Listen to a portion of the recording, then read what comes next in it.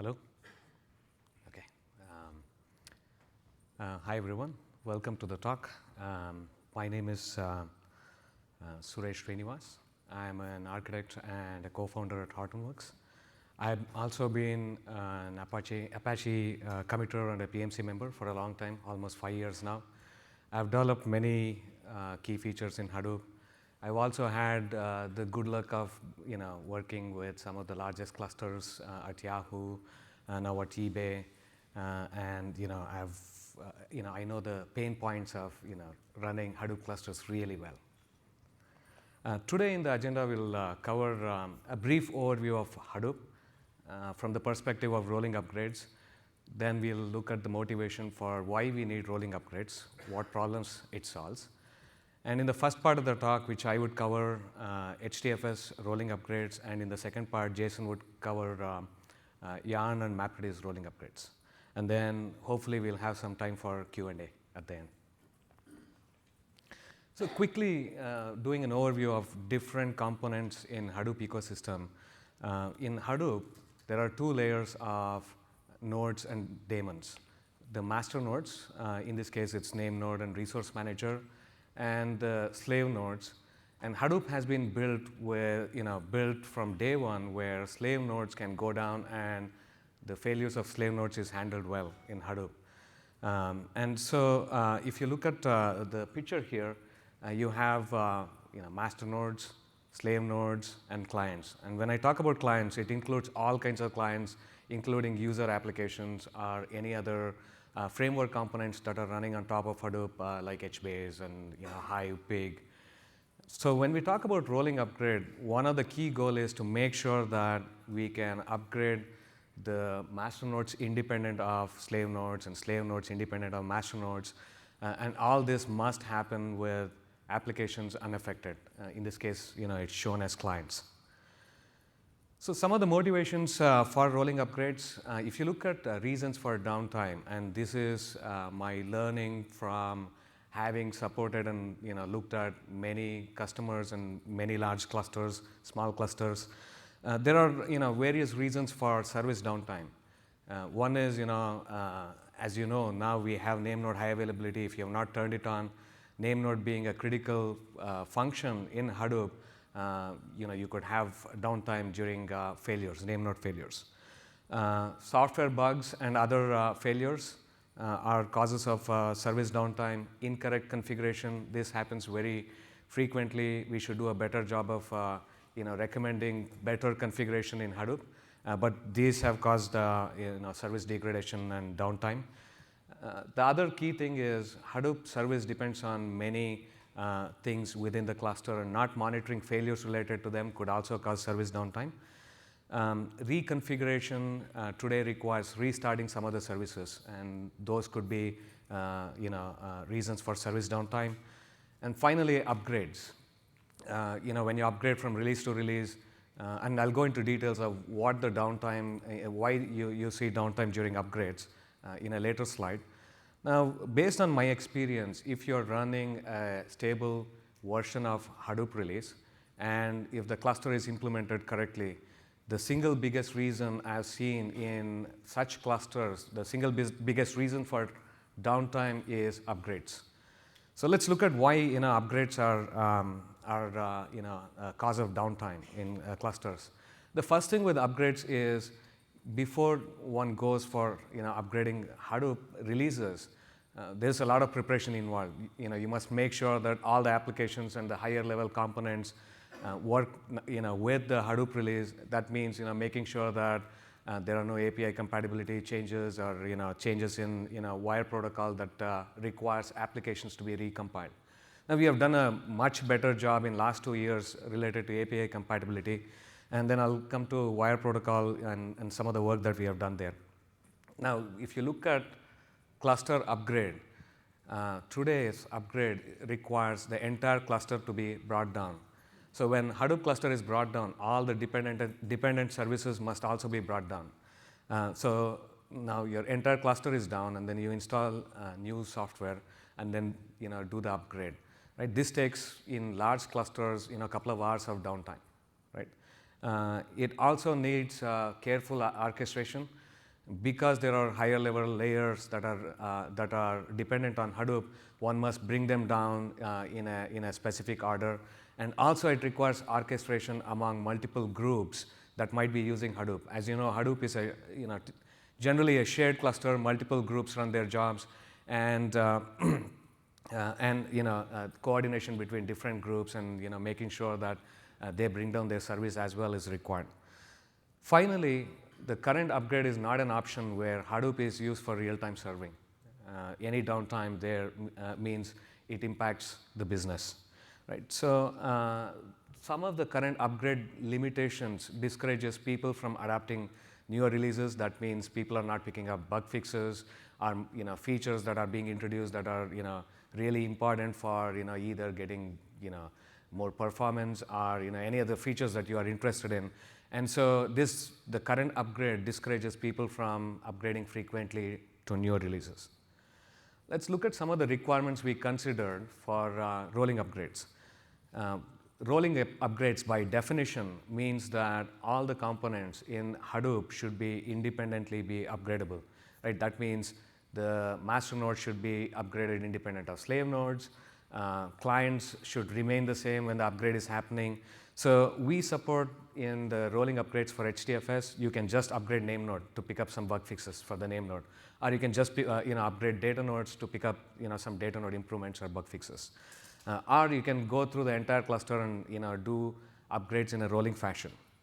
The other key thing is we wanted to make sure that rolling upgrade can complete within certain time and it doesn't take many days, right? So one of the things we considered was, if you consider a cluster that has thousands of nodes, we wanted to keep the rolling upgrade time within 24 hours. In order to do this, we have improved name node failover to be within 60 seconds. Also, data node upgrades to be within 10 seconds. So if you look at some rule of thumb calculation, even if you were to do rolling upgrade one data node at a time, 8,600 data nodes can be upgraded within 24 hours. Right? The other key thing is to make sure that when the rolling upgrade is happening, all the applications that are running on top of Hadoop are minimally impacted. That means if there is somebody writing data to Hadoop, that data you can continue to write, you have no data loss. And we also wanted to support the previous upgrade functionality of Rollback. We have now newly added downgrades. I will go over the details of downgrades soon. Some of the key enablers for rolling upgrades, and for a long time we have been working towards rolling upgrades. Some key enablers are, in order to do rolling upgrades, you cannot have any single point of failure, because when you upgrade that component, you have service downtime. Right. So for that, now as you know, HDFS and Yarn, for that matter, slave node failures are handled well. They are not critical for keeping the service up. Now we have name node HA. There is also resource manager HA and restart functionality, and these are key enablers in making sure that we have no single point of failures. We also have API compatibility across different releases, and we have been doing a good job about that.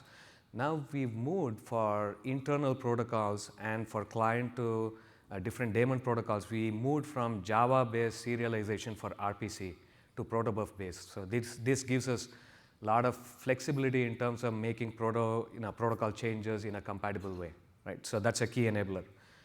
The other thing that you might have also seen is, given that our upgrades were completely, bring down the cluster and upgrade, we had name nodes and data nodes which are tightly coupled. So we have a concept of layout version.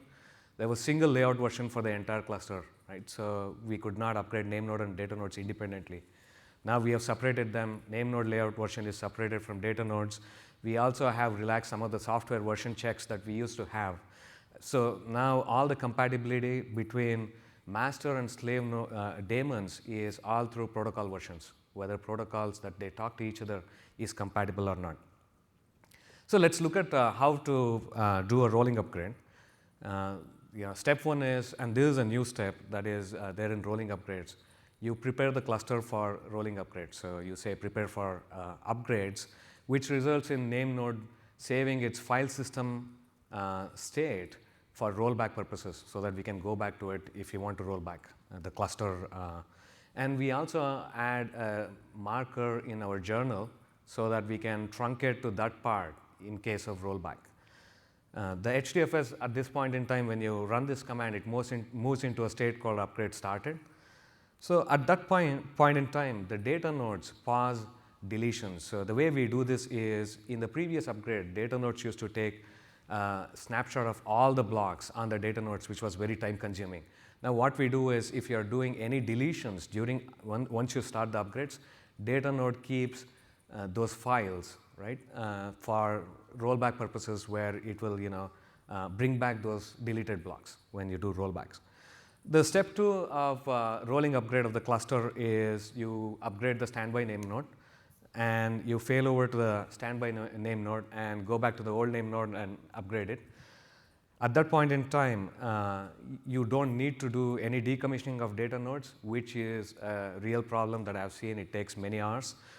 So when you go to data nodes and start upgrading data nodes, either one at a time or few data nodes or a rack at a time, the data nodes are upgraded within 10 seconds. That means the active writers that are writing, so if you in HDFS, the client writes in a pipeline to multiple data nodes. So if you're upgrading a data node that is in a pipeline, the writer pauses for data node to be upgraded. That way, it will continue to write when you upgrade the data node, right? So this is how the cluster rolling upgrade is done. And I had also talked about doing rolling upgrades for data nodes alone. If you just do the step 4 in this slide, that is rolling upgrades of data nodes, you can just upgrade data nodes without upgrading name node. In the same way, if you go through steps 1, 2, and 3, you can just upgrade the name node, right, without upgrading the data nodes. So these are important for just picking up some important bug fixes. The other step after rolling upgrade is done and you're satisfied with the new release, you can finalize the upgrade, and at that point in time, you issue a command to a name node and it finalizes the upgrade. This results in data node deleting all the blocks it was holding on to for rollback purposes, right? So let's quickly look at rollback. Rollback is, I've rarely seen anybody rolling back. In last 5 years of all the clusters that I've seen one instance of rollback, right? But rollback is still a critical functionality. If you upgrade to, let's say, a non-stable release and you want to go back to previous releases, rollback is an option. So in order to do rollback, you stop all the nodes in the cluster and then you start the daemons with -rollback option. At that point in time, name node goes back to its previously saved state. That is the state saved prior to the upgrade. And standby needs to be bootstrapped from the name node so that it's consistent with the active name node. And the data nodes restore all the blocks that were previously deleted. And the new data that was created during the upgrade will be removed from the cluster, right? So essentially, you have rolled back to the state prior to the upgrade, right? So that's the rollback. Now, when we are doing rolling upgrades, we ended up adding a new functionality called downgrade. The problem with rollback is when you do rollback, it goes back to the previous state, prior to the upgrade. We wanted to retain all the data that was created during the upgrade. And so in order to do that, you have to stop the cluster, right? Use the older software version and bring up the cluster. And so name node continues to use the latest latest state, right? That means you have all the data that was created during the upgrade. And then the data nodes deletes all the previously paused deletions, and then it retains all the newly created data, right? So given that rollback and downgrade are new functionalities, I wanted to emphasize the difference between the two. Rollback is an option that you take to take the cluster back to the pre-upgrade state, right? And this is the choice you would use if the newer software version has newer metadata state because new feature was added. In such a case, rollback is the only option because the older version of name node will not understand the new metadata and the new feature fields that are there in the new metadata. And then downgrade is a feature that you use if you know that two versions are compatible. You can downgrade to the older version, retaining all the data created during the upgrade. Before I go on to the guarantees provided by rolling upgrades, let's look at the Hadoop release numbering. It's major, minor, and dot. Dot releases are typically for bug fixes, no incompatible changes are allowed, no features are allowed. In case of minor, it includes bug fixes and minor features, but minor releases are compatible with the previous releases. Right? Major release is a release that is typically done once in a year, once in 2 years. It is for introducing bug fixes, major and minor features. They may be incompatible. So given that, the guarantees that HDFS provides is, in case of dot releases where there are bug fixes available, rolling upgrade, downgrade, and rollbacks are supported.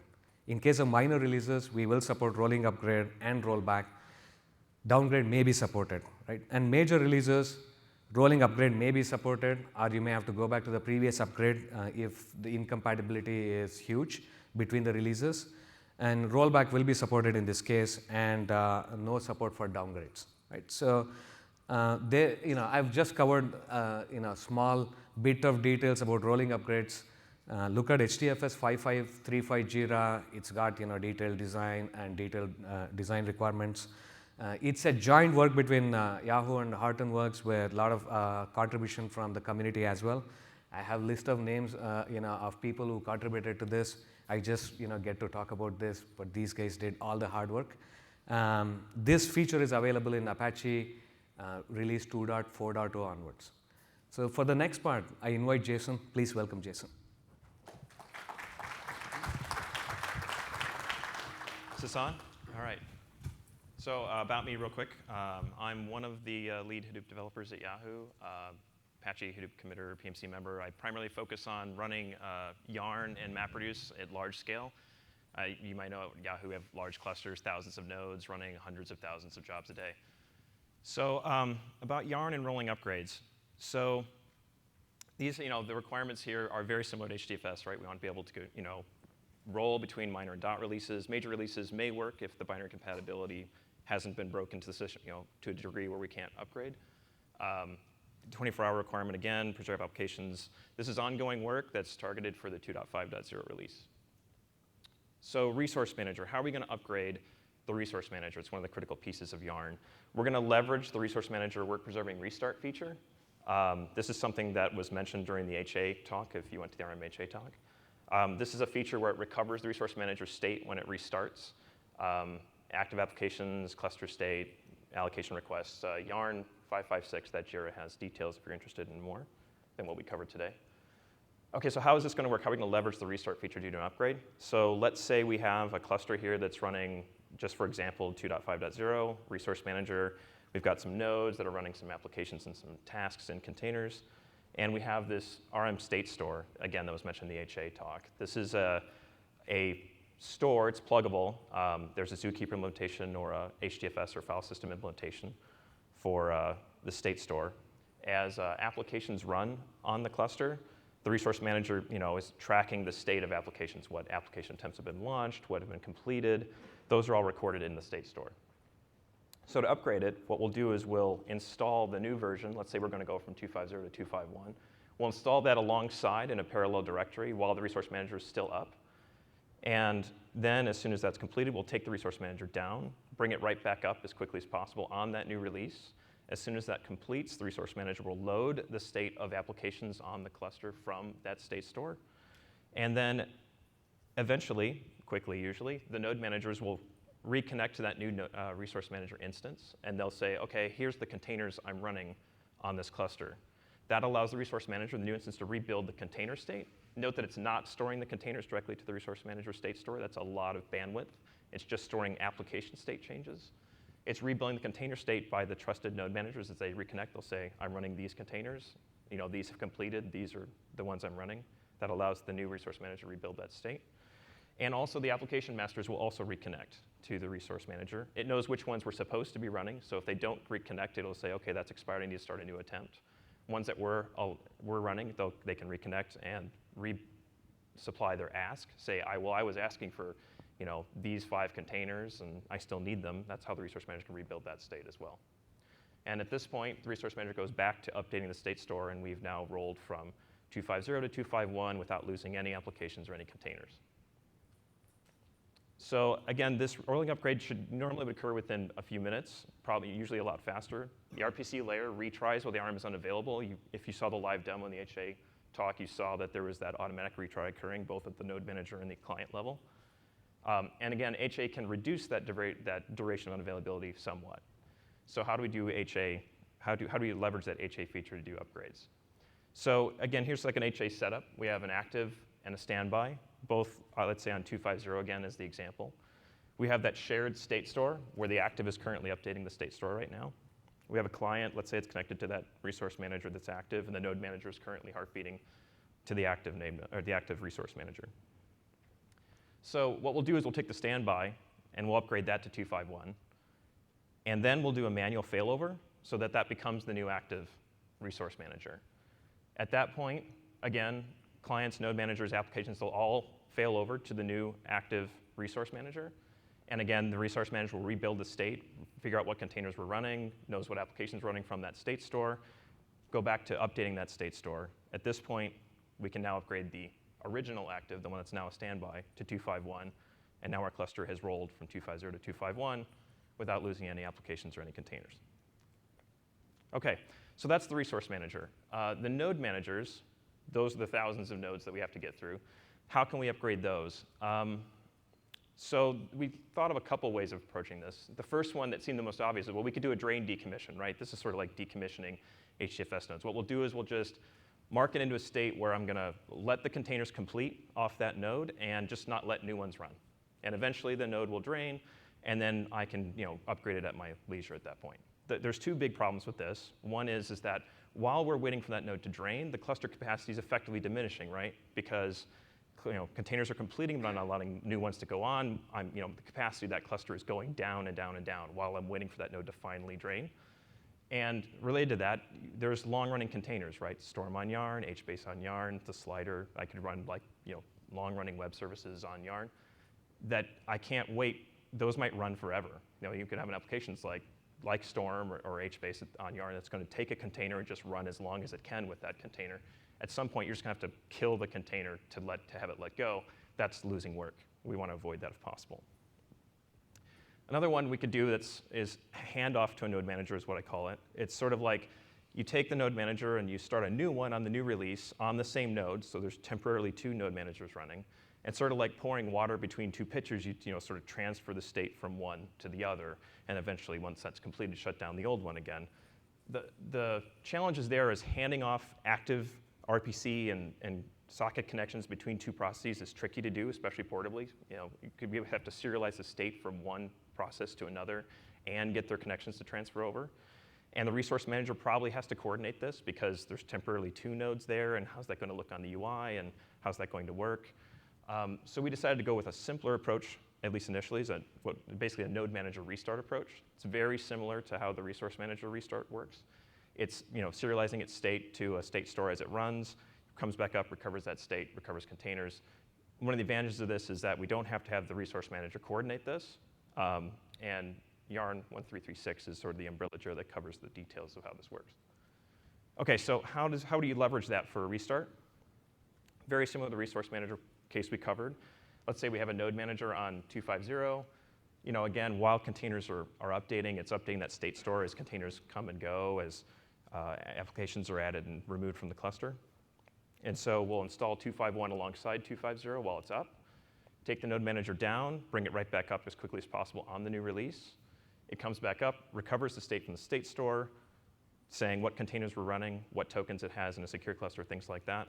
And then once that's been built, it will reacquire the containers on that node and reconnect to the node manager and say, here's my new state, I'm rejoining the cluster. Usually the resource manager, this will happen typically in about 10 seconds or less. So the resource manager has no idea that node even left the cluster until it shows up and says, I'm re-registering, and the resource manager's like, I thought you were just heartbeating. Oh, OK, I guess we'll come back in. So again, it completes within seconds. The containers continue to run across the restart. The node manager is just monitoring those containers. They are usually completely oblivious the node manager even left. If a container completes while the resource manager was down, When it goes to reacquire that container, it'll realize, okay, this process is no longer running. Oh, okay, here's its exit code. I can reacquire the exit code from that, report that to the resource manager. The RPC layer will retry while the node manager's down. So if things are trying to connect, we can have the RPC layer retry that. And then the active shuffles, if I'm actively shuffling from that node, we will lose those connections because we took the node manager down. So that last part's undesirable because we did lose a little bit of work there. We're losing the shuffles. So there's a couple ways we can address that. We could improve the shuffle retry logic for the node manager restart. So when reducers are trying to shuffle from a node manager, instead of instantly declaring a failure if something happens, like a connection refused, we could have it try for, let's say, 15, 20 seconds before it declares a failure, because that will cover basically any node manager restarting. And also, we can consider adding like an offset support to shuffle so that, let's say we get 80% of the way through the shuffle, we drop the connection, we reconnect within like 10, 15 seconds. Instead of starting that shuffle from scratch, we could say, well, here was the size of the data that you had when I first connected. It was supposed to be this much uncompressed, this much compressed. If that all lines up, I'm already 80% of the way through this. Can you just start over and send from there? And a sort of a long-term way to solve this would be to move the auxiliary services outside of the node manager. Shuffle is an auxiliary service. It's a pluggable thing. Other application frameworks can have auxiliary services. It'd be nice if we, long-term can move them outside of the node manager process so they run possibly in full-blown containers or separate processes so that basically we could take the node manager down independently. We could then upgrade auxiliary services also independently. We wouldn't have to take the node manager down with them when they get upgraded. Okay? So policies, if I can upgrade the RM and the NM, are there any like restrictions? And back to what Suresh was mentioning, we don't have any restrictions normally. If you want to upgrade the resource manager, node managers, you can choose whichever order you want. You can choose not to upgrade. You can choose the RM only or only node managers. You can do serial node managers, group them. You can theoretically do the entire node managers all at once. I wouldn't necessarily recommend that in case there was a systemic problem where they all didn't come up on the new version. You might want to test that out first on a few nodes. You can do partial upgrades if you have a heterogeneous cluster. Maybe some of your nodes are small memory nodes, other ones are large memory or different disk sizes. Maybe there's a bug that only appears on certain nodes. For risk, you could only upgrade some of the ones that actually have the problem.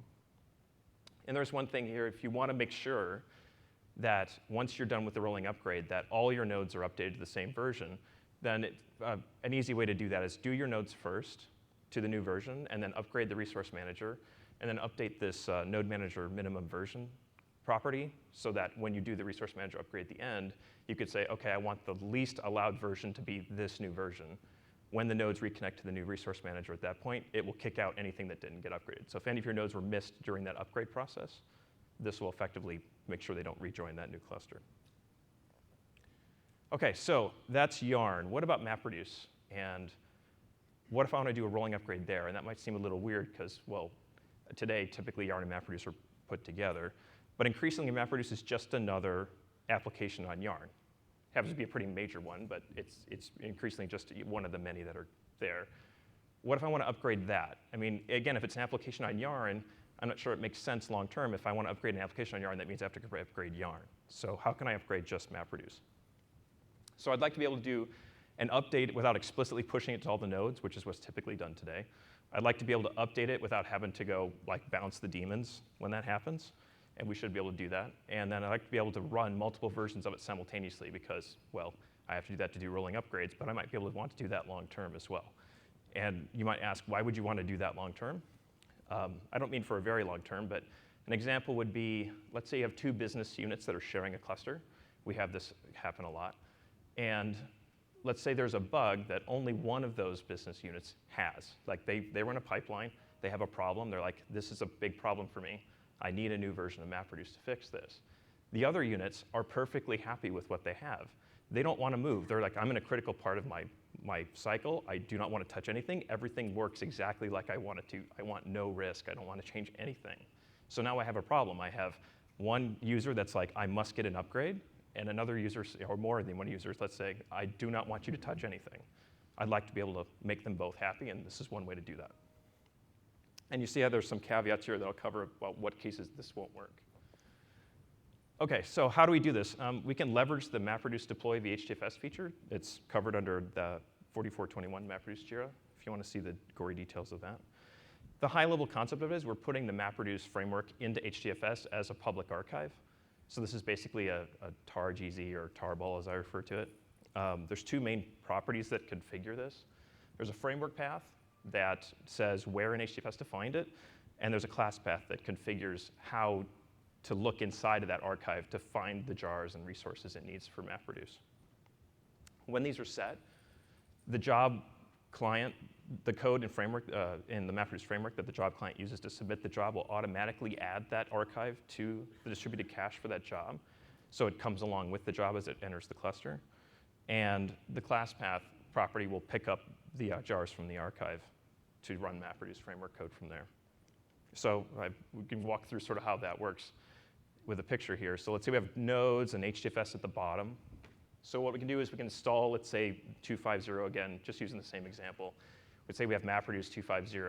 Down here at the bottom, we have a client that's configured to run, it's running the 250 client and the configs for that.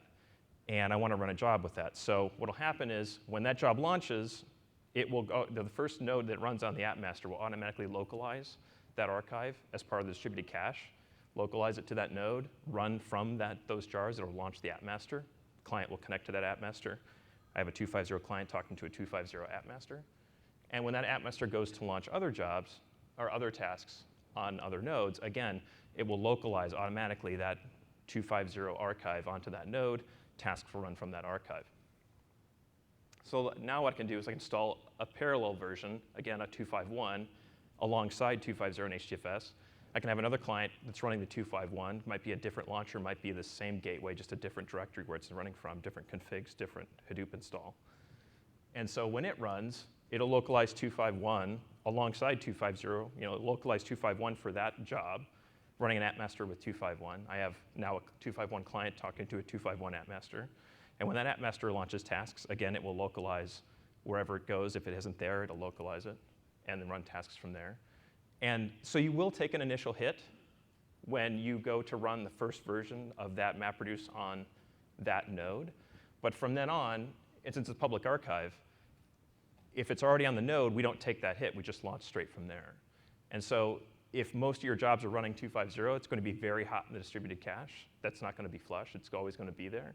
And this allows us to effectively roll from 250 to 251, or even have people running on 250 for quite some time and a few running on 251.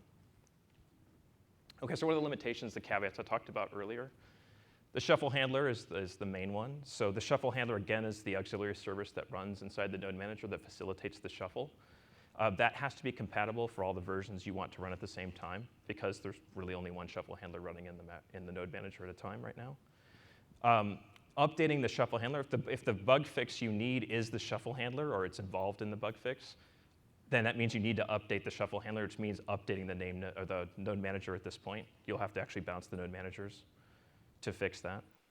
Another caveat is that when you build your MapReduce archive, you have choices. You can say, well, I want to just put the MapReduce jars in there, but I'm going to pick up yarn jars and HDFS jars from the nodes.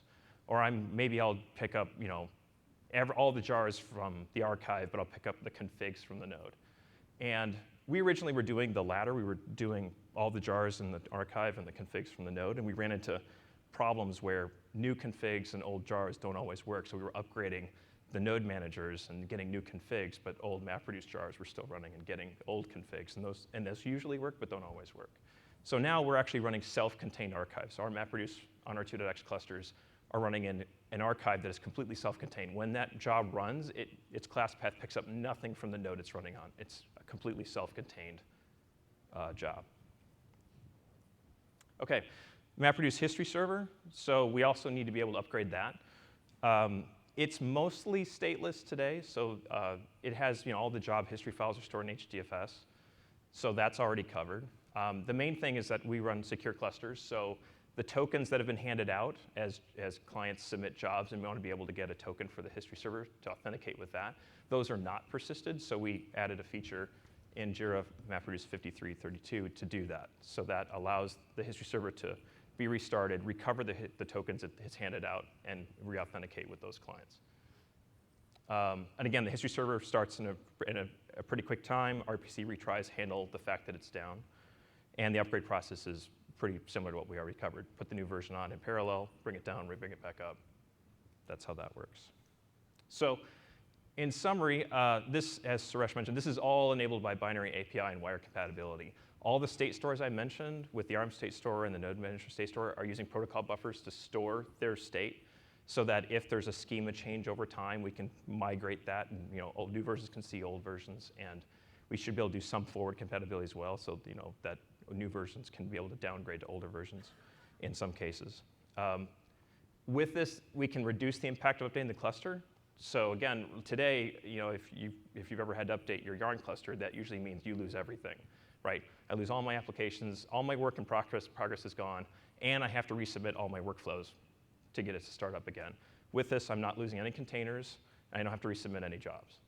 So that means that I can probably deploy fixes faster, because the main impetus we usually get is we have users that say, oh, hey, I have this problem. We can usually fix the problem very quickly on the dev side, but then getting that fix in their hands is usually the delay, right? I have the fix, but I can't convince ops and the users to deploy it because that means downtime today. To get that fix deployed, it's downtime. Downtime usually means I have to schedule that days or weeks in advance, because there's many, many users on this grid that are all going to be impacted by that downtime. If I can deploy this fix without downtime, there's a lot less impact for users, and they're a lot more amenable to allowing that fix to be deployed. So that basically, again, the ultimate end goal here is we want to increase cluster availability, make sure the clusters are always there for our users when they need it. And with that, time for questions. Yes? Is there any other application other than MapReduce that uses the shuffle service right now? Tez uses the shuffle service of MapReduce. There's talk of having Tez use its own version of the shuffle service. There's ideas that Tez wants to do to be able to be a more flexible. They have multiple inputs, multiple outputs. Right now, shuffle is pretty much I have one output I'm pulling. In Tez, they want to be able to pull multiple for a task. And so they're currently using and leveraging the MapReduce shuffle, but they would like to be able to do more with that. So do you think if the shuffle service are part of the application itself? Yes, that's exactly what I personally would like to see. Is I'd like to see the auxiliary services moved out of the node manager. That would allow us to be a little more flexible. I'd love to be able to have an application submission context saying, here's my application for Yarn. I'd love if you could say, and here's a descriptor for the auxiliary services I need. And if it's already on the cluster, great, it just ref counts them on the nodes that it needs them. And eventually we can check the ref counts and say, okay, no other applications need this auxiliary service. And then I can treat it like a lazy cache, right? Oh, I need some space in this node manager for more services or something else. The ref counts of these services are 0, I can tear them down dynamically.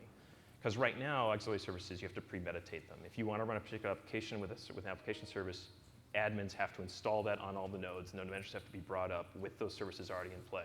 It'd be nice if that was more dynamic. Yes? Is there any automation open source by Yahoo or on this, or is that to users to do the automation? Yeah, so as far as like actually doing the deploy and doing there are no scripts that come with Hadoop per se for that. Again, it's, Hadoop doesn't come with a script that deploys your cluster because people deploy in very different ways, and they may have very different policies on how they want to do the upgrade.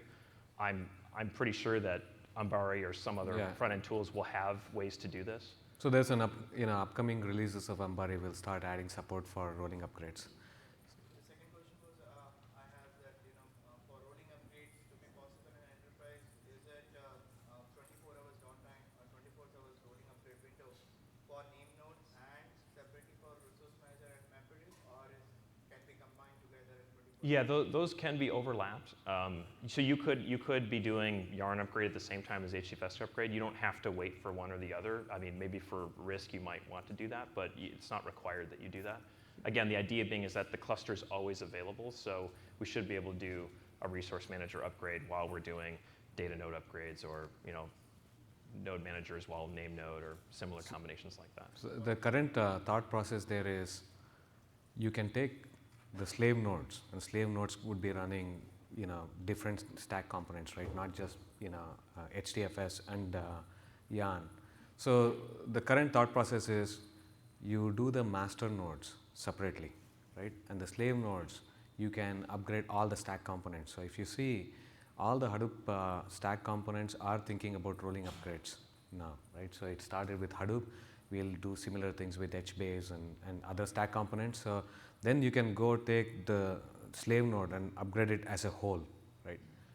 So that's a choice that's available. Right. So you Yeah. can go layer at a time, or all the layers together. Those are choices that Yeah. will be available. I mean, Probably high when everybody will follow the same approach Yeah. of similar to MapReduce. We are working with other stack components to make sure that we have a rolling upgrade that works seamlessly, right? So in the end, Ambari would be able to upgrade all the stack components, right, across all the nodes. right. And it is an important point that, yeah, if you want to be able to do HDFS and then, let's say your data nodes and your node managers, you want to be able to upgrade them. If you upgrade them at the same time, you might be able to have them share the same Hadoop install, like a lot of people I think do today. They install it once, and they have both daemons pointing to the same configs and same install. If you want to be able to do them separately, that means you want to deploy Hadoop into effectively parallel direct. Have the ability for the data node to be pointing at this version of Hadoop and configs and the node manager at this version of Hadoop configs. So you could, in theory, do them separately if you want to do that kind of upgrade. Okay. Yes? When we are talking about rolling upgrade, are you talking about any rolling upgrade from version HDFS 2 to version Future 3, or we are talking about only minor upgrades? So we're basically saying it should always work for minor upgrades. It may work for major upgrades. So going from 2 to 3 is something that we would like to support, but we're not necessarily guaranteeing it support it because major upgrades can break binary compatibility. We don't like to do that, but there may be certain features, certain things we have to do where we effectively have to break it in some cases. And of course, rolling upgrades requires that binary compatibility, right? At some point during the rolling upgrade, I'm having old versions talking to new versions. If that doesn't work, that's what breaks it. If that does work, that's what will allow it. So the summary of guarantees for Compatibility could be solved by the 2 binaries. Yes, right. Yeah, we're just saying that major versions don't necessarily guarantee binary compatibility. So for example, like deprecated APIs, right? So a deprecated API can disappear in a major release. So if there is a component of the stack that's still referencing that deprecated API and we go to the new version, that's going to break. So it's the It's in your hands, correct? yes, it is in our hands. Yes, it's not something that we're expecting users to. No, I think not it's something a lot users- more. Yes, it is. The onus is on the community and the dev to make sure that keeps working. And yes, we would like to keep that No, working. it's a lot more complicated than having 2 binaries. It's a distributed system with different daemons dependent on each other. We can take this out offline, right, after the talk.